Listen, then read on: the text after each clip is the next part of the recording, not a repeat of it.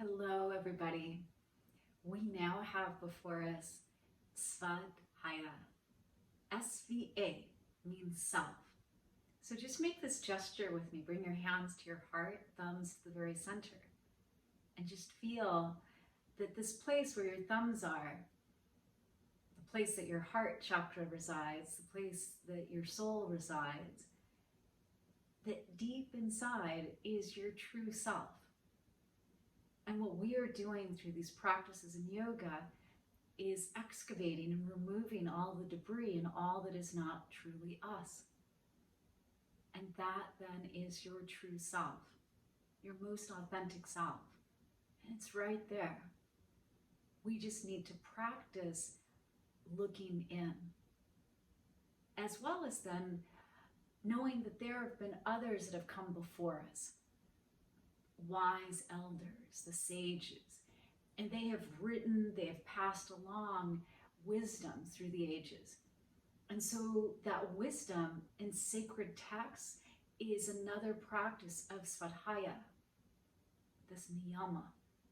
In Svadhaya, there is self-observation, self-study, but also self-reflection based on the writings and advice and wisdom that's been passed down, and applying that to our lives.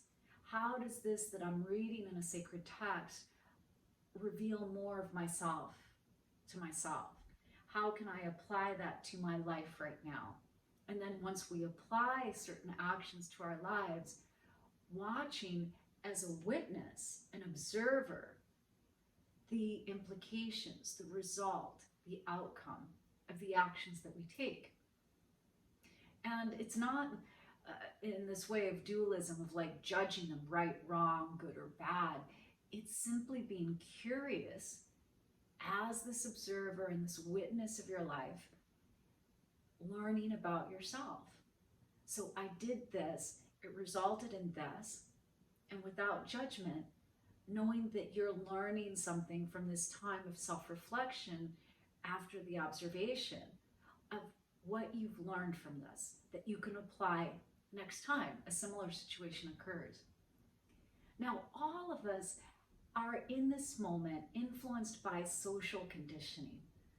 What the cultures that we've grown up in and the cultures that are around us right now are saying, advising, and influencing us. And then there's also this conditioning from your family of origin, what their thought systems were, what their belief systems were, and what their rituals were. All of that influences us. And so what happens is, if you can think of that true self deep inside, and then you put a layer and another layer and another layer and another layer and another layer, and then all these layers around the true self that lies within, then it gets very, very difficult for people to see your true self, because we've put all these layers around us. And it's hard for us from deep inside to look through and clear all those layers upon layers upon layers to honestly see the world as it really is. So without Svadhaya, our sense of reality can get very skewed because we're basing our decisions on what other people have told us, these social conditions. Yeah, what are the opinions of other people of what I should do or how I'm supposed to behave, right? All the norms or just the way that you should be. And if we don't question it and check into, is that agreeable to me? Does that resonate with me? Is this really the way that I want to live? Then we can constantly be making decisions not on what is true to you and your own self-study, but we can always fall prey into this people-pleasing or seeking external validation from other people and doing what they want us to do. And life is inherently not fulfilling when that happens. The only way to know truly what it is that resonates with you is to look within and ask yourself. So yoga is defined as the study of the self, sva, through the self to the self. In all other parts of our lives, in university and high school, we study other people. We study what other people think. But here, we study ourselves. Yoga is like getting a master's degree in yourself. Who are you, really?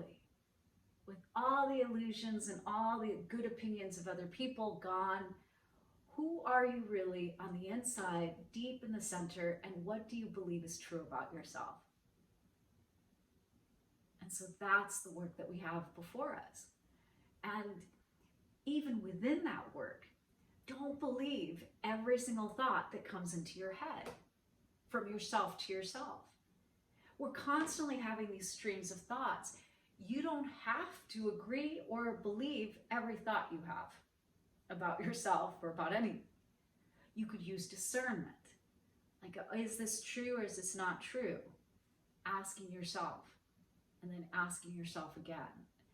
And yoga, spiritual practices are not so much always about the answers as they are coming up with better questions.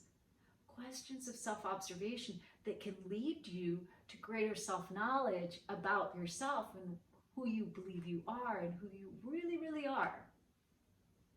But if we ask the same question over and over and over, there will be no different result.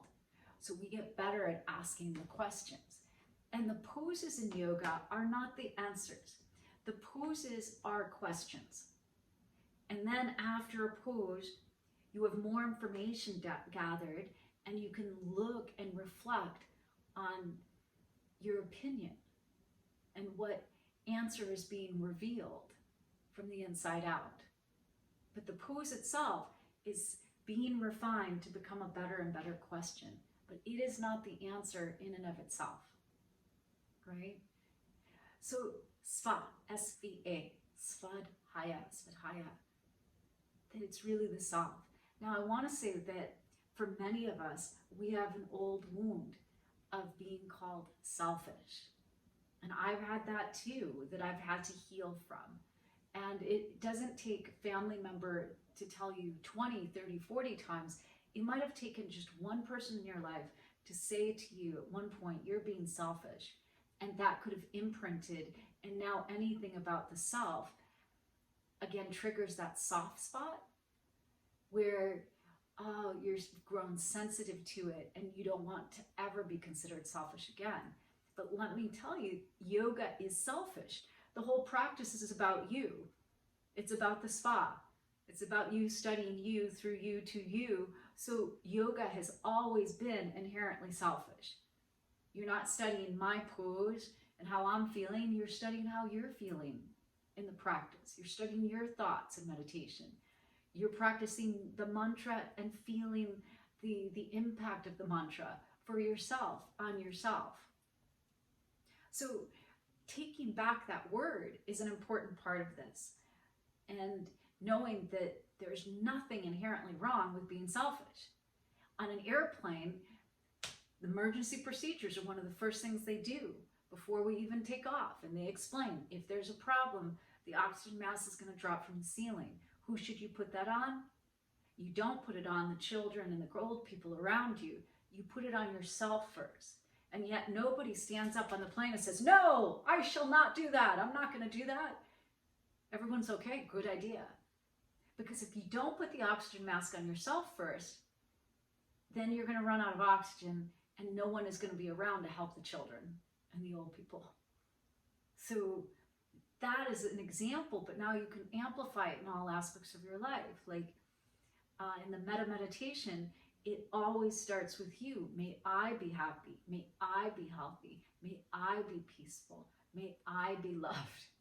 Before then it goes to a difficult person, an easy person, and all of us together. You got to make deposits into your own self-love bank before you make withdrawals. And so Svadhaya gives you that opportunity to observe and make those deposits and really see the truth of who you are in any given moment, and knowing that that reality is constantly changing and can be edited and updated as you continue to evolve as well. Like, hopefully you're looking at yourself at least as often as iTunes asks me to upgrade, which I swear is like every single day. Time to upgrade. And what do I do sometimes? I choose later. I'll do that later. I'll do that later. Now, that may or may not be that great for iTunes, but if you're doing that to yourself, I'll check in with myself later and later and later, then you're going to get further and further and further away from who you really are. And that's then where suffering occurs. And I don't want to see you suffer. So make a point to check in and do the practice of observing and witnessing yourself and reflecting upon how the actions, the thoughts that you have created other actions, and what can you learn from that, right? What can you learn from that and apply to another time, to another experience? And when it comes to living your dharma, which is the first word in the Bhagavad Gita, it's so important, it means life purpose. If you don't know who you are, which is the first question that yoga brings up, who am I? Who am I? And I've seen it always in people. You can't practice yoga for a long time and not have that question come up. Who am I? Who really am I? Without the title on my business card, without the labels of who I am in a family, a mother, a wife, a husband, a son, a nephew, an aunt. Without that, who am I? And at first, there's some existential angst as a result. Like, who am I? I don't know who I am. That happens to everybody, just so you know. Like, yoga brings that up. It stirs the pot, and you're like, I don't know who I am. Right? Because we're so often layered with all this other stuff of opinions and distractions that we never even have that time to see who we are until you do the practice of yoga, and then all of a sudden those layers peel off, peel off, peel off. And then what has been concealed is revealed, which is your true self. And then the second question that yoga brings up is, why am I here? So from the study of the self, to answer yourself, who am I? Who am I really?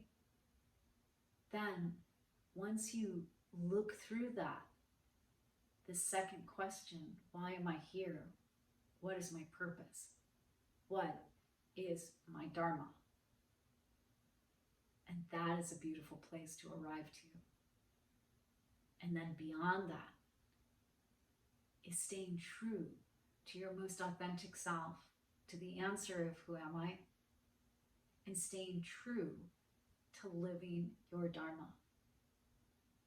And when you do those things, stay true to who you are, stay true to the purpose of why you're here in this world, then you will be as happy as you are, because you will be aligned with your true nature. And I so want that for you. From my heart to your heart, to the heart of the universe, may you love yourself, love your day, and love your life.